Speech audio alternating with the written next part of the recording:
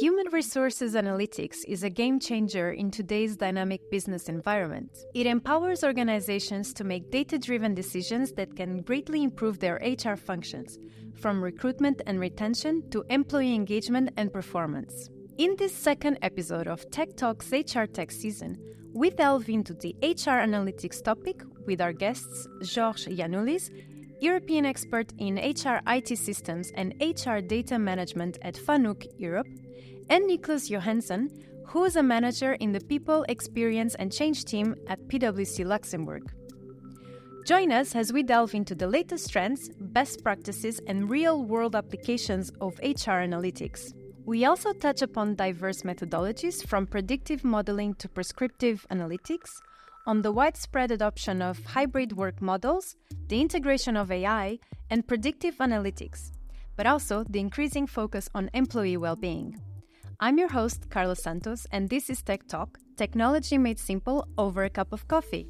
So, grab your favorite beverage and let's dive right into it! Welcome to a new episode of Tech Talk. Today we are going to dive into HR analytics. Right, Christo? Yep, and today we're joined by two great guests, George and Niklas, so welcome. Thank you. Very nice to be here, thanks. And maybe to get started, can you tell us a bit more about yourself, both of you, and which systems are you using at your organizations? Sure, so my name is George, as you mentioned before. I currently work for FANUC, an industrial automation and robotics company. I'm responsible for all our HR systems, digital projects, and in reference to today's discussion, HR data and reporting. In terms of systems, currently we have implemented the core HR system and multiple modules around it, compensation, learning, performance, and we just implemented recruiting a couple of weeks ago, so we're very excited about that. And we have some add-ons for org charts, surveys, and organization reviews and things like that. So in the past, I've been working with a lot of HR systems, including PeopleSoft from Oracle, Oracle HCM Cloud, Workday, and also SAP SuccessFactors. Cool. What about you, Niklas? Yes, thank you. My name is Niklas. I work with HR transformations with a focus on HR analytics, HR systems, and lately also AI in HR. And with my experience, I've come across multiple different systems, so SuccessFactors, Workday, PeopleSoft, Oracle, but also more specialized skills-based systems and LMS, learning management systems. Mm-hmm. Perfect. Thank you both for this introduction, but let's take a step back. What are HR analytics actually, and how do they differ from traditional HR reporting? If you look at the traditional HR reporting, it's often looking at numbers. So what is your turnover rate? What is your retention rate, etc.? If we compare this with HR analytics, it would, yes, include the same turnover rates, but it would take it one level deeper and look at why are employees leaving. And it would combine different sources. So it can look at employee engagements from surveys. It can look at performance reviews, but also engagement scores, and try to find the patterns behind them. Mm-hmm. And what is typically not obviously from just looking at the number. Indeed, I mean, from my point of view, the focus is a lot on insights and actionable KPIs. So from HR's perspective, we want to be a strategic partner to the business.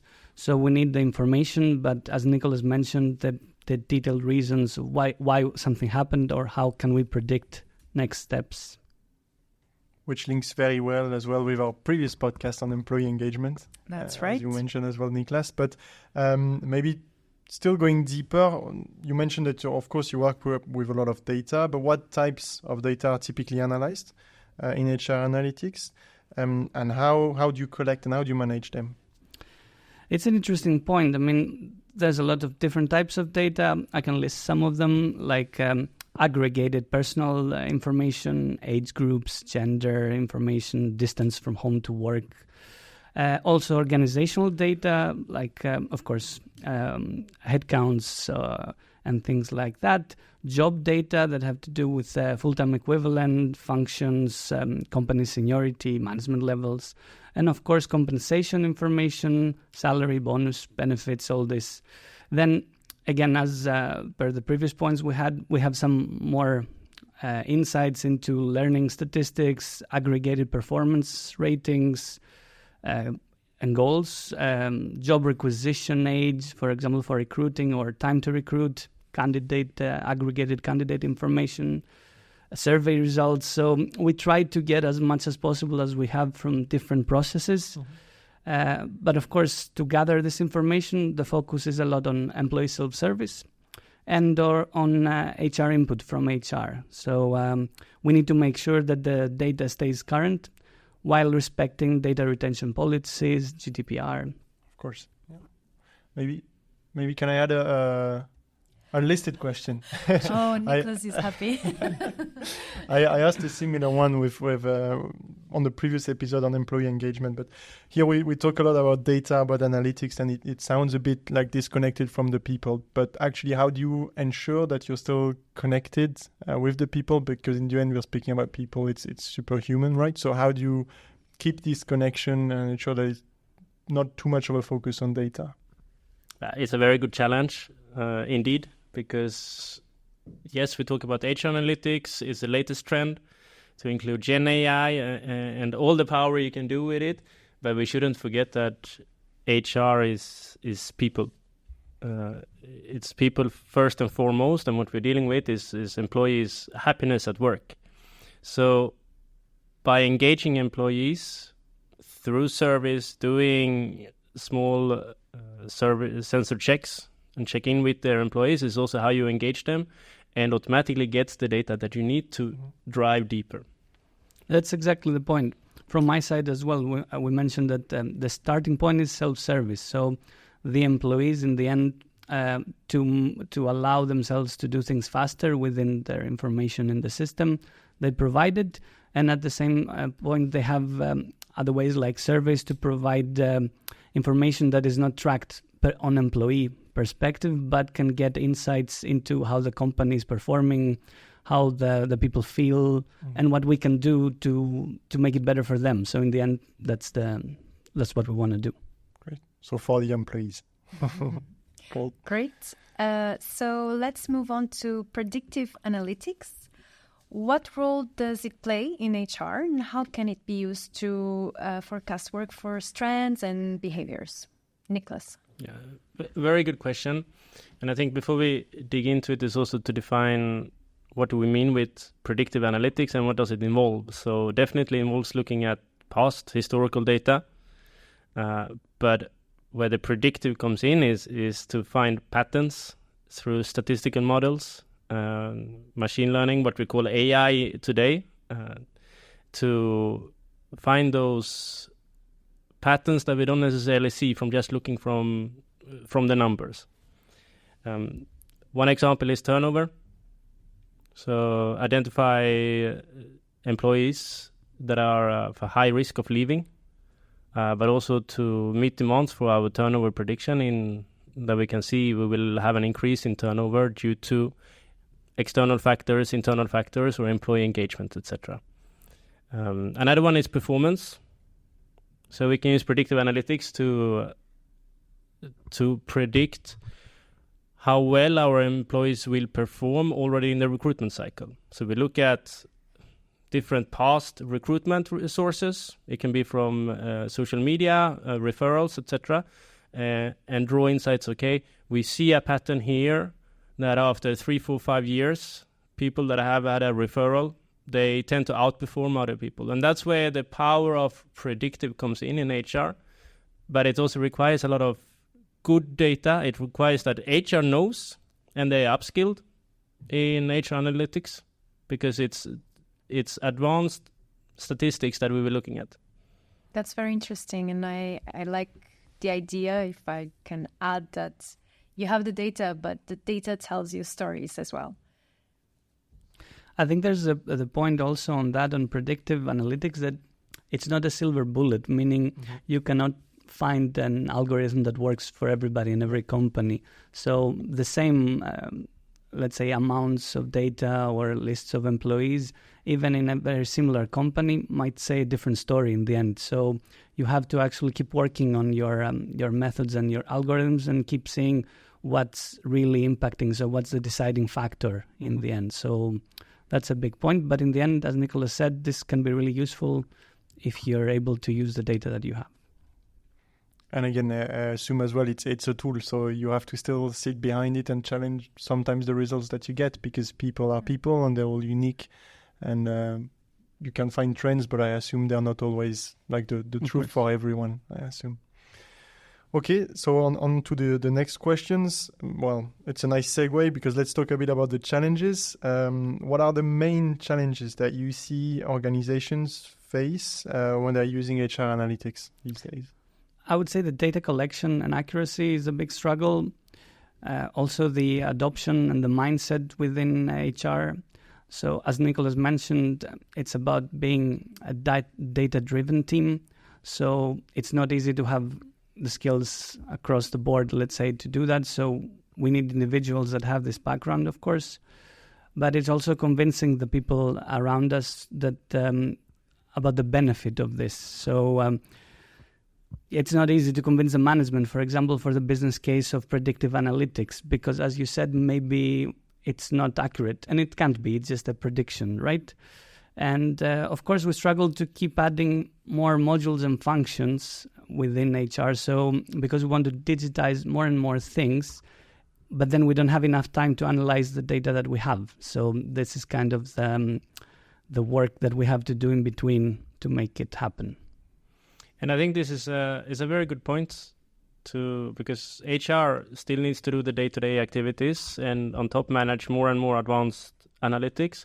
So the question becomes, okay, I have limited time, what should I focus on? And I think one of the recommendations we give is start small. Do small mini projects that you can prove early.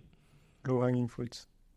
But exactly, it doesn't need to be the low-hanging fruits, but at least don't try to conquer the world. You will not manage. Start with some. Look at your recruitment process.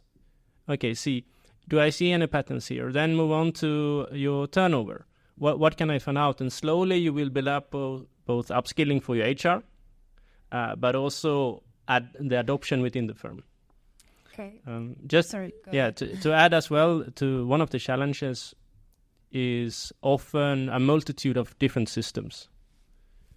So that's a good point.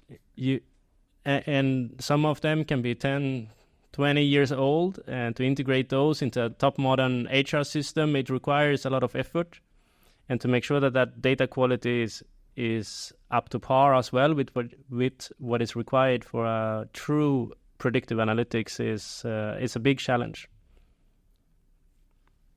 All right. Niklas, you mentioned small steps, so you started answering the next question. What are some of the best practices for building a data-driven culture within HR departments? I mean, again, this is always a struggle. It's not so straightforward. It's important to get the right people. The focus on data accuracy is key, and we need to find ways to catch issues, inform colleagues, make sure it's clear how to correct them. But I believe that if you show some specific cases and benefits that the HR team can have by using analytics, after all, they can be convinced that this can be a key tool. But of course, they need to see that return on investment of their time and, of course, of the company resources. And it starts from management. So for me, if management has their own KPIs that we need to go and find, let's say, and then we can drill through and get even more information and explain why and how, I think this is a good starting point. But it's difficult to start bottom up, let's say, for this. It's important that it comes from the top. No, I fully agree with you, George. It's if you don't have the leadership buy-in, it's really difficult to get the message adopted within the organization. I would also, we talked about it a little bit before. There is a skills gap. HR used to be operational, and it has over the last years moved already to a more strategic role. But this becomes even more transparent now with more advanced analytics tool that is also easily accessible. But to do that upskilling, it is required, and not only in HR but also in management and the employees and the managers. And you give me a great segue again. You're making our job so easy today. Easy, yeah. Thank you. And it's Friday, so that's great. So you mentioned the skills gap for HR professionals. So to the HR professionals listening today, what skills, what competencies do you believe are essential if they're looking to specialize in HR analytics? Of course, a technical background can always be a plus, right? So that's always the case. But I mean, there are core competencies and skills that you can start with. The attention to detail, for example, it's very important when we're talking about data. The affinity and the training with tools, that's always good. It doesn't have to be the case that you know everything so deep, but to have this affinity and connection with the tools and want to learn more, that's important. Of course, as a next step, if you have the ability to connect the data sets and come up with combined data insights, so you say, okay, I get this information from here and this, what does it tell me? So that's important. And in the end, a mindset to want to solve the puzzle, let's say. I think this is very useful. Okay, so now let's look into the future. What trends do you foresee shaping the future of HR analytics, and how can organizations prepare for these changes? Very good questions. Definitely. There's a few trends that we see today. And one of them is definitely AI and machine learning, and to incorporate this with technology into the HR practice. Also to have, if you move from, we talked in the beginning of the call of HR reporting, used to be monthly or even some of them annually. We're definitely moving to real-time analytics, but not only about showing a number, but telling a story with that number. So employees, they may see that the turnover is 5%, 10%, but knowing, okay, what does that mean? And which employees are at risk and why, and what can I do to address it? That's where advanced HR analytics really comes to play, because then it becomes concrete. Mm-hmm. And there it's very few organizations that are to that point.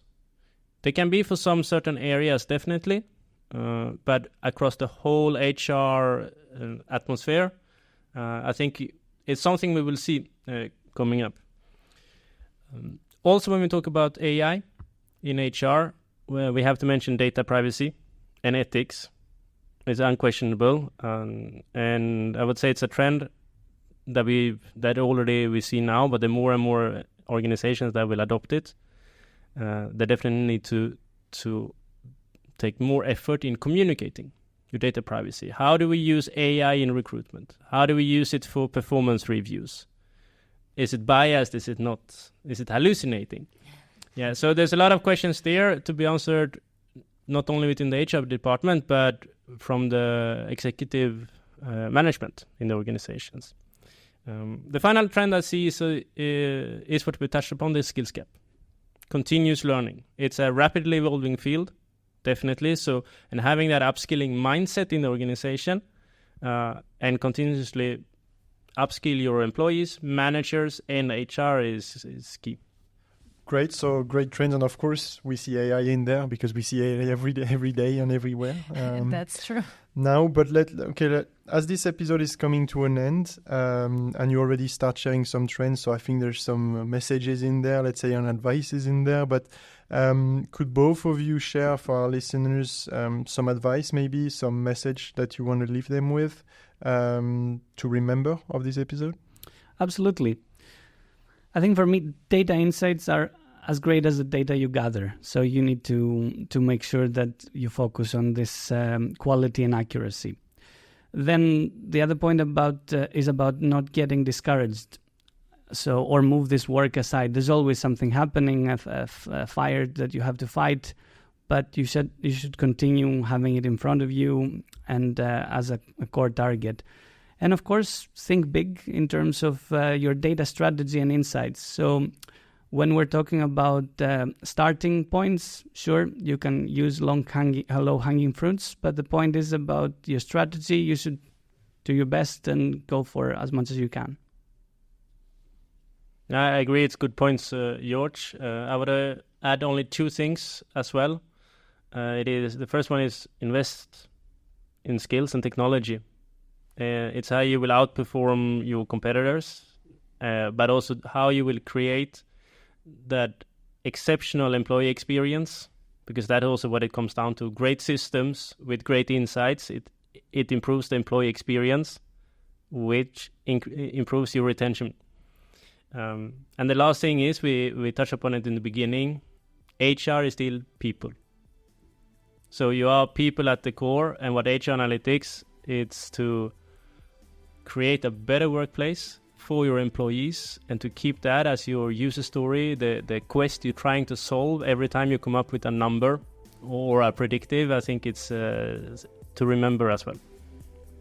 We started with that, we finished with that, Voilà. so that's Yes. really good. Nothing to add. It's a great way to end the episode. Yes, thank you very much both for joining. I hope you had a good time as well.